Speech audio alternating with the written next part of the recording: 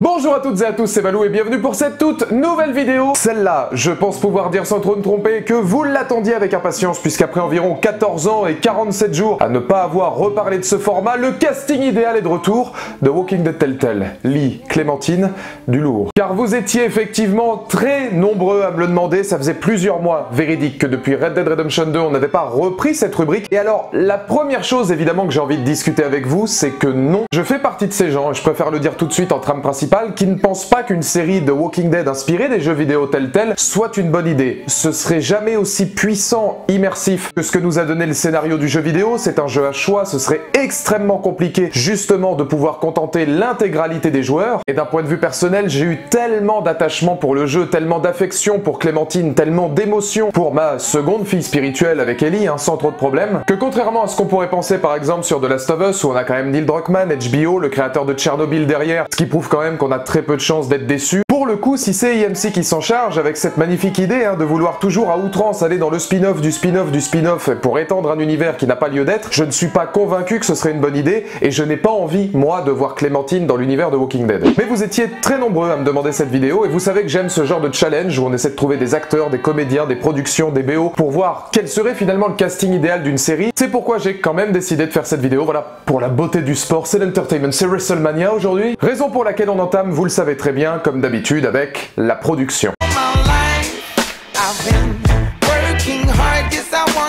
Au niveau de la production, je ne sais pas si vous l'aurez remarqué, mais Netflix perdra bientôt les droits de la série mère de Walking Dead. Je pense, étant donné que Amazon Prime a déjà Fear et World Beyond. Putain de ta race de World Beyond, c'est...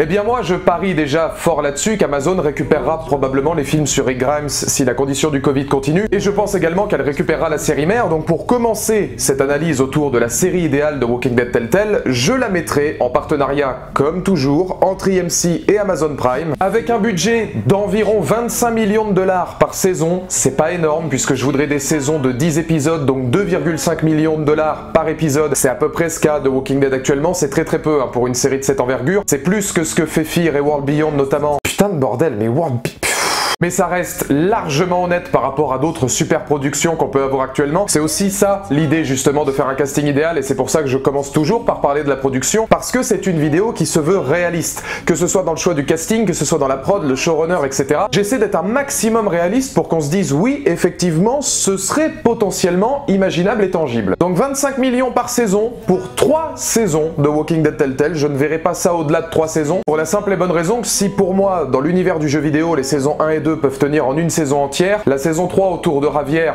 pourrait pour moi être un simple double épisode, dans la mesure où Clémentine n'étant pas le personnage principal, c'est beaucoup moins acté sur son histoire. Donc je verrais bien une 3e saison toujours en 10 épisodes, avec un double épisode de peut-être 1 heure, 1 heure et demie autour de Ravière et Clémentine, autour de leur histoire, pour basculer par la suite sur la saison 4. En termes de showrunner, créateur du show, Monsieur Ryan Murphy. Pourquoi Ryan Murphy, créateur entre autres de Nip Tuck, de Glee, de American Horror Story, de Ratched? Parce que c'est un touche-à-tout, comme son nom l'indique et comme ses précédentes productions l'indiquent également, qui serait, je pense, potentiellement intéressé et capable de donner cette esthétique extraordinaire que peut avoir le jeu vidéo. Il serait capable d'apporter de la nuance, de la narration, du traitement de personnages. On l'a vu avec l'ensemble de ses séries, c'est une évidence. On l'a vu avec American Horror Story, il est capable aussi d'apporter du gore et des enjeux très complexes, ce qui est pour moi quelque chose d'important et d'intéressant quand on parle de l'univers de Walking Dead, puisque là on reviendrait carrément aux sources de l'épidémie. Je veux dire, la première saison des jeux Telltale, c'est potentiellement quelques mois, voire quelques jours ou quelques semaines après le début de la pandémie, donc c'est important de revenir à cette source, et je pense que Ryan Murphy, avec son esprit un petit peu dérangé, mais en même temps mastermind, le mec pour moi est un génie, il serait clairement capable de briller là-dedans, même si, il faut quand même le dire, je garderai les 4 scénaristes qui ont travaillé sur les jeux de Walking Dead Telltale pour l'épauler, parce que je pense qu'ils ont fait un travail tellement monumental que eux seuls pourraient aussi rendre aux spectateurs ce que les joueurs ont eu en termes d'émotion, de ressenti et évidemment de trame narrative. Donc il y aurait Ryan Murphy épaulé par les scénaristes même du jeu vidéo. En ce qui concerne la bande originale, vaste sujet pour seulement un nom de 3 mots, Jared Emerson Johnson, qui est tout simplement le compositeur original des jeux Telltale, et il est vrai qu'il a donné quand même une partition que tous les joueurs ont appréciée. Une composition extrêmement mélancolique, extrêmement douce, mais en même temps particulièrement sombre et torturée, c'est exactement ce que représente le jeu. S'il a donné une âme au jeu, il est largement capable de la donner également à l'univers de la série, mais il ne serait pas seul, puisque je lui donnerai l'opportunité d'être épaulé par un certain McCale. McCale qui est le compositeur original, entre autres, juste de Mr. Robot et musique additionnelle de The Last of Us 2, entre autres, parce qu'il a fait beaucoup de choses. Quand je vois l'univers du jeu vidéo de Walking Dead Telltale, l'ensemble des saisons, il y a vraiment des moments, notamment où la tension est palpable et où l'humain va affronter l'humain, où McCale serait extrêmement pertinent. Donc je mettrai ces deux compositeurs-là, et évidemment, puisqu'on est obligé d'en parler, je garde cette musique pour le générique.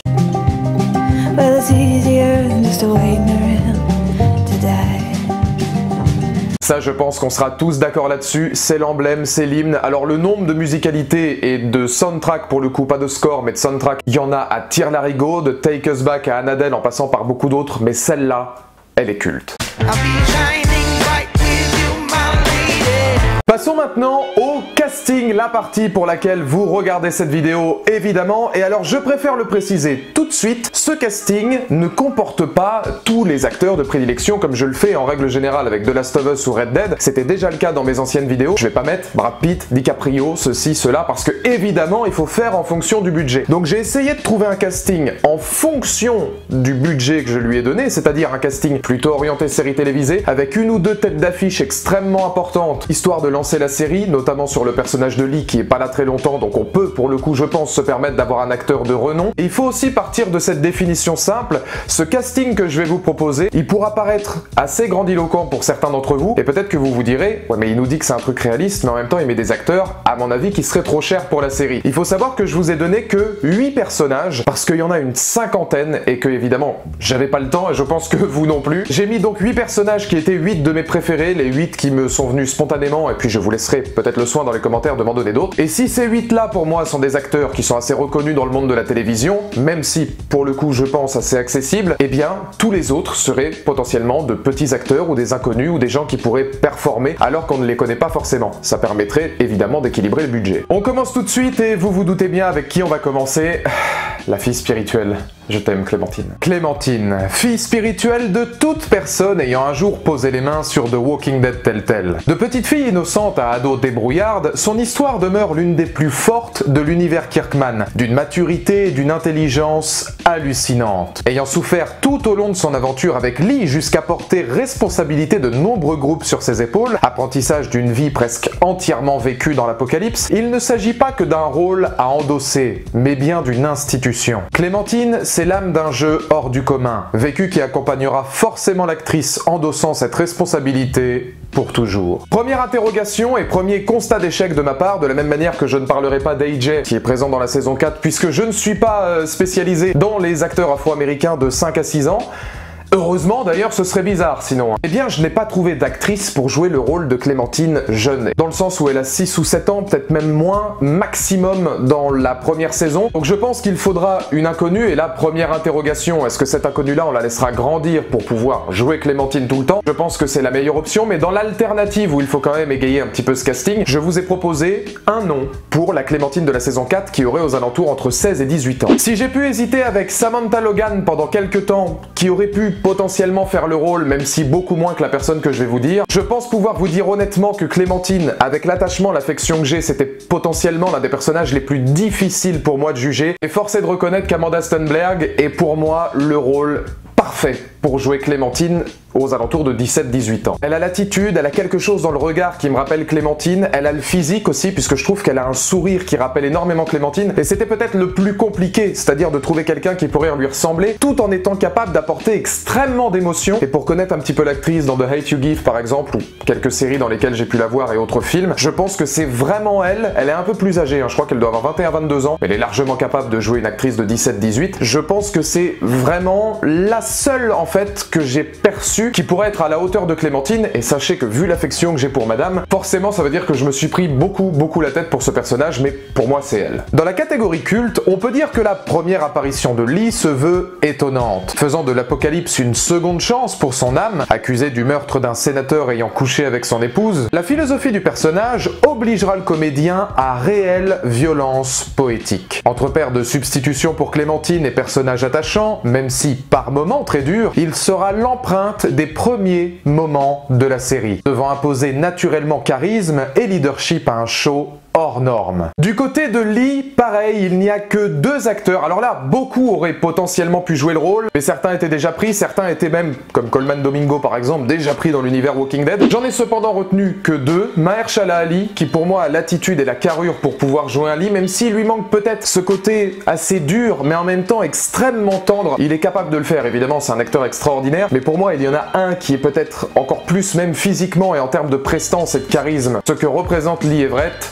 c'est Idris Elba. Idris Elba, c'est l'acteur, à mon avis, que tout le monde a cité pour qui pourrait jouer un jour Lee Everett. C'est un secret pour personne. Et là, on parle vraiment d'aura. C'est quelqu'un, effectivement, qui coûterait cher, mais comme il serait là que pour une saison, à moins que les scénaristes décident, puisque c'est possible avec Ryan Murphy, de refasciner et de remodeler un petit peu l'histoire, mais pour le coup, je trouvais pas ça très intéressant par rapport à l'événement émotionnel que peut justement nous apporter la tragédie autour de Lee et puis son événement. Là, je pense que prendre Idris Elba, ce serait la figure, le fer de lance qui ferait en sorte finalement que les gens se réintéressent à l'univers Walking Dead autrement, puisque je le précise, moi je le mettrais en lien avec les comics mais pas du tout avec la série, donc il n'y aurait aucun rapport avec les séries d'EMC, etc. Ce serait uniquement un lien avec les comics, donc avec de nouveaux acteurs, un nouvel environnement, pas de CRM, pas toutes ces conneries là, juste l'univers Walking Dead tel et une icône quand même pour porter la série, Idris Elba. Antagoniste pour certains, anti-héros pour d'autres, Kenny fut un des personnages les plus détonnants de l'univers tel. Passant de rustre père de famille à leader aux nombreux excès de colère, la balance sera aussitôt difficile pour son acteur. Manœuvre constante entre profonde souffrance et figure familiale pour Clémentine. Peut-être le rôle le plus difficile du show, car demandant subtilité et émotion à toute épreuve, même dans la haine. Et ça, surtout quand on connaît son léger amour pour l'urbanisme. Du côté de Kenny, c'était forcément compliqué puisque c'est un personnage qui va passer par une multitude d'émotions et qui passe par énormément de représentations différentes. Il a des excès de colère avec fulgurance, tout en étant capable d'être une figure émouvante. J'ai d'abord pensé à Adam Nagetis, que j'avais trouvé hors du commun dans The Terror et même par la suite dans Tchernobyl, qui,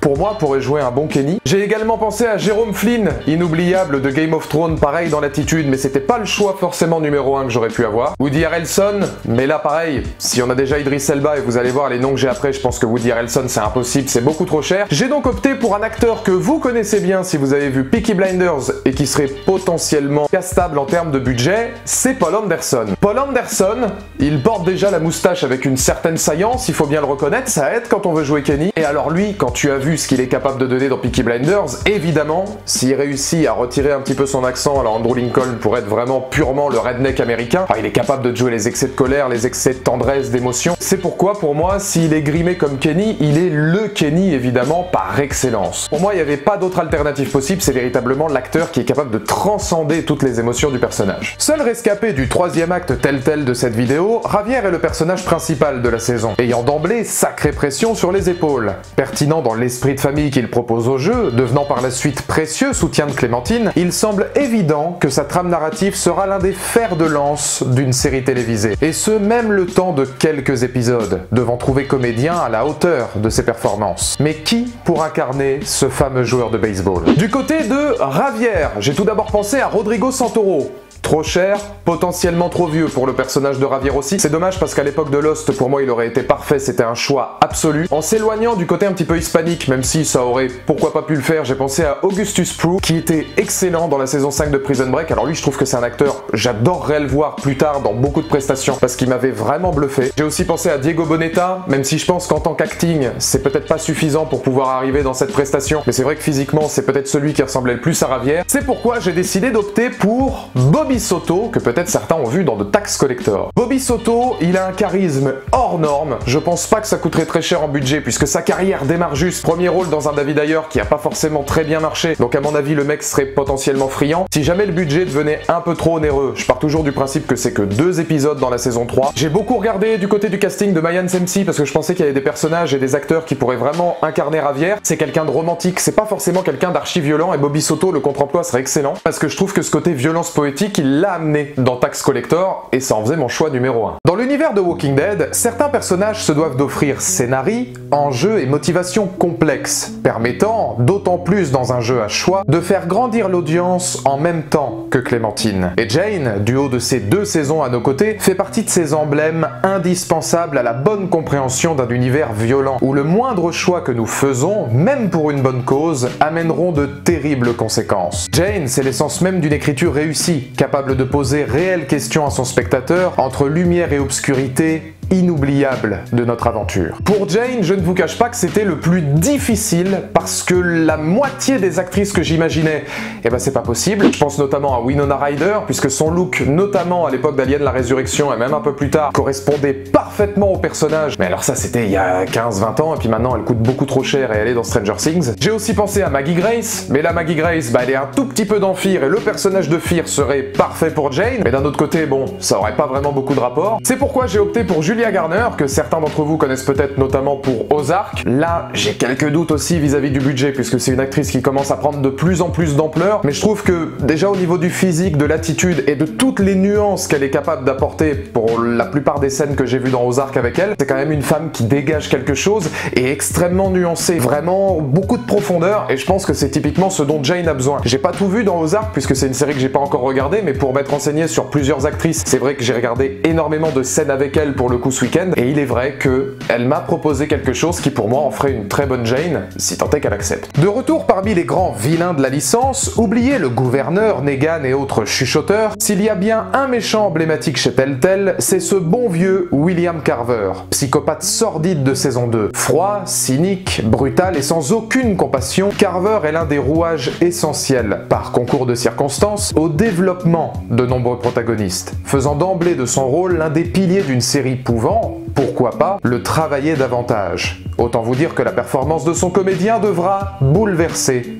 le spectateur. Ce bon vieux Carver, je vais vous dire, beaucoup de gens auraient pu le jouer, mais il n'y a qu'un seul homme que je veux absolument, c'est Michael Madsen. Pourquoi? Parce que déjà le clin d'œil serait excellent, Michael Madsen c'est la voix officielle de Carver dans le jeu de Walking Dead Telltale, c'est lui qui prêtait sa voix au trait du personnage. Et puis Michael Madsen, je suis désolé, mais c'est quand même un acteur extraordinaire, quoi, du côté de chez Tarantino, dans tous les autres trucs qu'il a fait. Le problème c'est qu'aujourd'hui il se perd quand même énormément dans les rôles qu'il fait, hein. Il a quand même joué avec Kev Adams, bon, voilà. Derrière il t'enchaîne Piranhaconda histoire de faire rentrer le chèque. Je pense qu'à mon avis Michael Madsen ce serait une aubaine de se retrouver là-dedans, c'est un peu le syndrome Robert Patrick qui arrive dans Walking Dead série mère, ça coûterait pas cher, ce serait un super clin d'œil, et puis ça peut être que lui, parce que ça reste quand même si sa carrière est vraiment en descente maintenant, c'est un acteur extraordinaire, il ne peut y avoir qu'un Carver et c'est lui. Passons maintenant à Lily. Toute une histoire. Abandonnée sur un bord de route dès les premiers épisodes du jeu, elle se dessine comme personnage complexe, endoctrinée par une famille, disons, portée sur le racisme, et plutôt douée pour la paranoïa. Revenant lors du dernier acte des jeux Telltale, elle est l'ultime antagoniste de la série, posant alors question en or, quelle actrice sera à la hauteur de l'écriture de son personnage, tristesse devenant folie environnante. Perte de son père, abandon, leadership d'un groupe de tueurs, autant de frasques ayant créé le monstre qu'elle deviendra plus tard. Pour Lily, personnage ô combien important de l'univers de Walking Dead Telltale, c'était forcément très difficile du coup de trouver quelqu'un. J'ai tout d'abord pensé à Riley Keough, que j'avais vu dans American Honey, qui pour moi avait potentiellement cette espèce de violence, quelque chose dans le regard, quelque chose dans l'attitude que je trouvais assez austère. J'aurais beaucoup aimé la voir là-dedans. Mais alors, elle a eu une explosion maintenant, c'est beaucoup trop cher et c'est impossible qu'elle veuille, à mon avis, jouer dans une série avec si peu de budget de cette manière. J'ai pensé à Sarah Clarke pour les amoureux de 24 heures chrono, mais le problème c'est que Sarah Clarke, j'y pensais, c'était parfait. Je l'aurais casté tout de suite maintenant parce qu'en plus c'était crédible.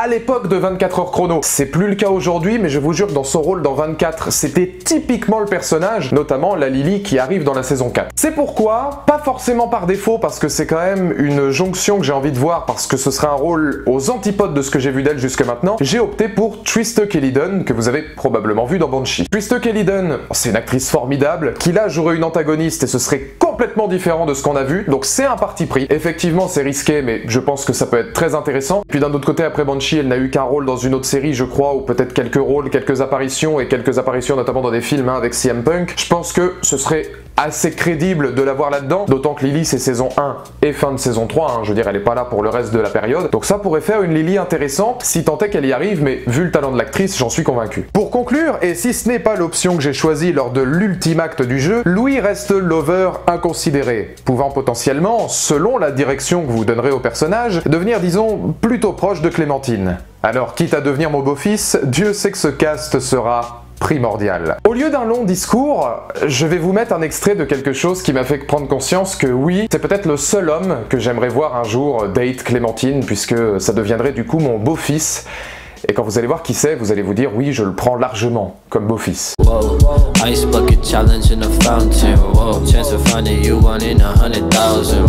Jaden Smith, évidemment. Mais alors quand vous regardez le passage que je vous ai montré maintenant et que vous regardez Louis, c'est la même chose, c'est le même mec, c'est la même attitude. Il a joué dans The Get Down, je pense que c'est quelqu'un qui pourrait y jouer parce qu'honnêtement Jaden, il est plus dans la musique maintenant, mais il aime bien encore faire de l'acting de temps en temps. Ce serait assez inespéré pour lui d'arriver dans quelque chose d'une envergure aussi imposante, parce que ça reste The Walking Dead quand même. Il fait pas vieux, si tu lui remets la même coupe qu'il a au moment de Fallen, le clip que je vous ai montré, je pense clairement qu'il est capable d'eux, et enfin c'est le mec. C'est-à-dire que si tu le grimes un petit peu plus jeune, c'est vraiment le mec, et c'est le seul que je voudrais comme beau-fils, je vais pas vous mentir, à voir si l'acting sera au niveau, mais globalement Louis n'est pas non plus le personnage culte par excellence, c'est juste que moi c'est un personnage que j'appréciais bien, donc pour moi c'est Jaden.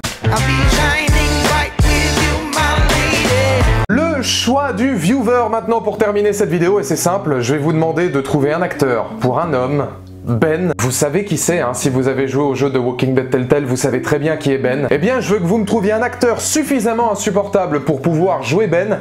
Bon courage, parce qu'il met la barre très haut quand même. Voilà donc pour mon casting idéal, dans les commentaires ci-dessous, n'hésitez pas comme d'habitude à me donner votre point de vue. On se retrouve pour une prochaine vidéo très bientôt. Attention, ça arrive très vite. Walking Dead, le retour des épisodes bonus. Il y aura un interlude prochainement sur Anthony Starr, et ça c'est beau. N'hésitez pas à me suivre sur les réseaux sociaux, notamment Instagram, puisque le tournage, je vous l'annonce là comme ça, c'est Retour vers le futur, mais au moment où vous voyez cette vidéo, je suis en tournage pour mon documentaire sur John Berntal. Il faut pas louper ça. Oui monsieur, sur Instagram vous aurez tout ce qu'il faut pour le regarder. Ça c'est beau. Une place n'est pas un mot mais une promesse d'avenir. Pour croire en mes rêves, t'es dans le vide et l'autre sur l'accélérateur. Être gentil c'est vraiment cool, être honnête c'est fédérateur. Parce qu'il toujours l'est, faut qu'il y en a de plus en plus.